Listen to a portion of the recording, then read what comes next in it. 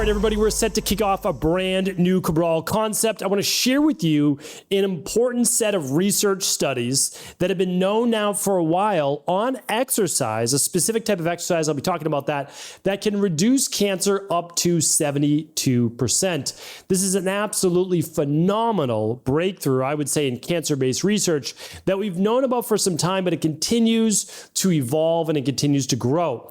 I'm going to share with you exactly the type of exercise. I'm going to share with you 4 or 5 different studies. So it's not just one study, it's multiple studies that now show this, and really how it's not difficult to be able to fit this into your schedule. So why, though, would exercise work in the first place in order to be able to knock down cancer or not allow it to grow or metastasize as quickly? A couple examples, a couple reasons why. The first one is this: it's immune system activation. So there's something called myokines, certain proteins that are created and enhanced through exercise for the immune system to actually go out to target, to boost the immune system and destroy these cancer cells as they're beginning to form into cancerous-based tumors. So that's number one. The second one, which I love, I only started hearing about this a few years back, but essentially when we do a certain type of exercise that's more vigorous, where we really get our heart rate pumping. So think about it. Let's just say you're running, or you're doing plyometrics, or you're jump roping, or you're rowing, or you're doing anything that's getting the blood to surge in your body, right? So you're really moving your legs and you're getting that blood to move through the whole body. Here's what happens. The sheer force of the blood, the circulation moving through your body, actually kills tumor cells that are circulating in the blood before they can continue to grow larger. And that's pretty amazing because they are not as stable. They're not as strong. So if you can get your body moving vigorously, even if it's only for a few minutes a day, I'll talk about that in just a moment, it can kill these circulating cancer cells. That's just through sheer stress. I love that one. That one I think is fantastic because our own body, just by moving, destroys these cancer cells because they're not as strong when they're essentially single unit cells or small groups of cells. All right. The second is gene expression. So exercise can change the expression of the patterns of genes in our skeletal muscle that actually allow for cancer cell viability. So the more sedentary we are, the less active we are, the more we allow for the expression of cancer cells to just grow on their own. The more that our muscles are active, the more our own genes go after to destroy these non-self, I'll call it non-self-based genes, or our genes that have mutated and are allowed to grow. So this is really impressive, especially when it comes to colorectal-based cancer, colon cancer, and that's prevalent in both men and women, but especially women. So that's an important one to look at. All right, some other ways are that we can actually reduce cancer through exercise are reducing systemic inflammation, improving overall glucose, so blood sugar levels and insulin levels. That's a huge one. And also what's called augmenting our antioxidant capacity. So what does that mean? Well, it means that we get lots of antioxidants through fruits and veggies that we may take in, brightly colored fruits and veggies, right? So brightly colored things, but also when we exercise, we also endogenously, that means inside of our own body, create our own antioxidants. And those antioxidants can squelch what's called free radicals or oxidative stress that then leads to what? More inflammation. That inflammation then of course can lead to cancer cell proliferation. The other thing it does is it helps to balance healthy levels of hormones. Healthy levels of hormones, important for staving off cancer. All right, so really, really important. Now let's start to go over these research studies, and then I'll give you the exact form of exercise. All of this is done in order because we need to know, first of all, how it works. This is how exercise works. I just gave you that. The second is, does it really work in terms of studies? Yes, it does, but it tells you what exercise is needed. So let's go through those really quick. 5 studies for you. First one, Harvard alumni study. It found that men who engaged in vigorous physical activity had a 68% lower risk of colon cancer compared to those that were less active. Okay, women's health study. This study observed that women who engage in high levels of physical activity had a 30 to 40% lower risk of breast cancer compared to those that were less active. Okay. European prospective investigation into cancer nutrition, EPIC study it's called, large-scale study found that higher levels of physical activity were associated with a 50% lower risk of colon cancer. This study included participants from multiple countries across Europe. The X study. I'll be talking about this in depth just a little bit more. This was more recent. So this actually looked at MET hours. I'll be talking about what MET hours are, so certain types of exercise, right, intensity, and reduced cancer cell risk. It found that individuals who were engaged in 7.5 to 15 MET hours per week of vigorous exercise, the equivalent to 150 to 300 minutes of moderate exercise, had a 30 to 6% lower risk of essentially many different types of cancer, including breast cancer, colon cancer, endometrial cancer, etc. All right, one more study.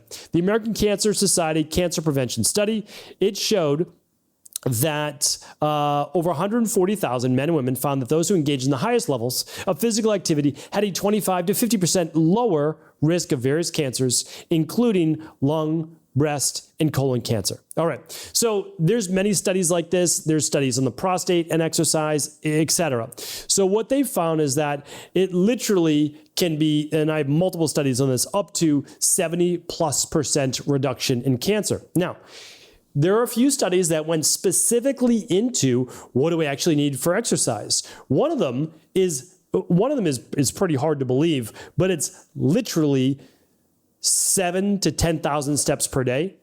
This one reduced all-cause mortality by about 72% as well. So that's pretty impressive, right? That means from cancer as well, all-cause mortality. Now, let's go, though, into this thing called METs. So this is very specific. This is what I want you to take away.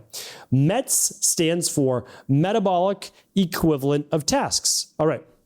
So let's give you an example. It's a way to measure the intensity of a physical activity. One MET, so the smallest unit basically, one MET is defined as the energy cost of sitting quietly, which is approximately 3.5 milliliters of oxygen per kilogram of body weight per minute. You don't need to know what that means, but here's what it is in regular everyday talk. It is how much oxygen you are essentially consuming while sitting at your desk. That's basically it, or watching TV. All right, so one MET is the energy cost of sitting quietly. That's all that it is. So the more METs you expend, right, the harder the task. That's basically all that means. So let's give you some equivalents. So brisk walking at a pace of, like, let's just say, most people brisk walk at like a 3.5 to 4 miles per hour. And that's about a 4.5 to 5 maximum METs. Okay, so that is the lowest level of basically exercise, if we can call it exercise. You know, regular walking is walking. I'm not going to classify that as exercise. That's human movement. We need it every single day, 7,000 to 10,000 steps per day. But your exercise counts as your 7,000 to 10,000 steps as well. It really does. It counts as part of it. So, all right, let's go back a little bit. So if we wanted to count towards cancer, it has to be a brisk walk.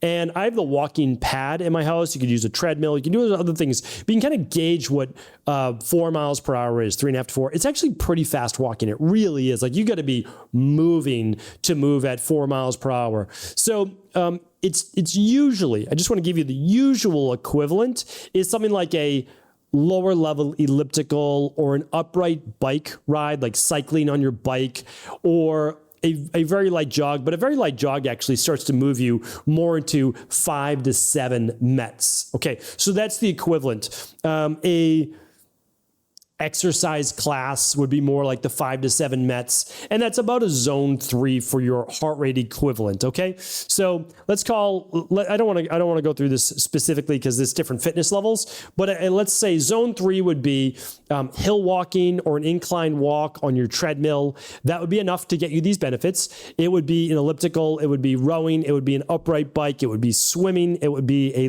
very light jog. Okay, so that's zone 3. Now, if you want to get closer to the 7 to 9 METs, which was getting you even more benefit, that would be something, so it's the equivalent of literally 7 to 9 times the energy and oxygen consumption of sitting quietly. Well, what is that? That's more zone 4. That's going for a jog. It is going for like really rowing, a good swim, a higher intensity interval training, workout, those types of things. All of those would be a higher MET. For most people, it's like 130 beats per minute to 150 beats per minute if you're kind of calculating for your heart rate. And what do you need? Well, about 30 minutes most days of the week would then get you all of those benefits that you want. So when it comes down to it, 30 minutes, 5 days a week. Okay, so like 30 minutes Monday, Tuesday, Thursday, Friday, Saturday, we'll just say, right?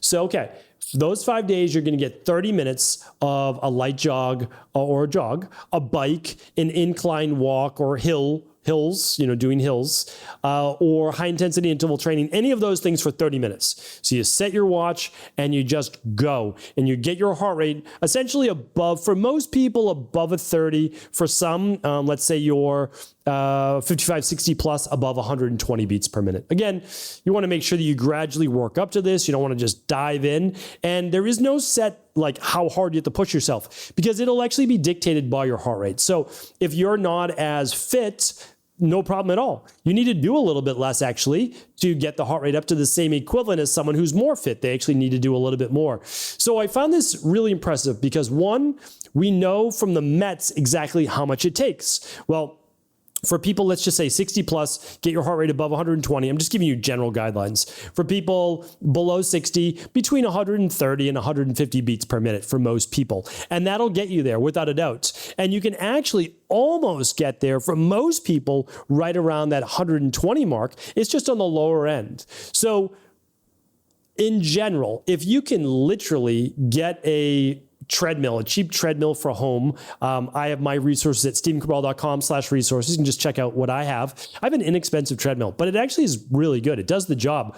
The walking pad's amazing. It's good for those rainy days. I put it on my desk. I love it, but it doesn't do an incline. I can't run on it, but you don't have to run. Again, if you're not saying, I don't really want to run. Okay, you set that incline, you set it up and you walk, and you can check your heart rate with the heart rate monitor, which isn't as great on a treadmill, but an Apple Watch, a Garmin watch, whatever you want it to be. You can check your heart rate. You can put that on airplane mode, Bluetooth, whatever you want. It'll still read your heart rate. And so you're actually going to be able to say, oh yeah, this is all that I need to do in order to get the benefits. Then, as you get more fit over the next month or two, you might need to just push it a little bit. Okay, but at that time, you can increase the incline, you could bring it to a light jog, you could do some intervals, whatever works for you. But absolutely don't rely on just diet. Don't rely on just intermittent fasting.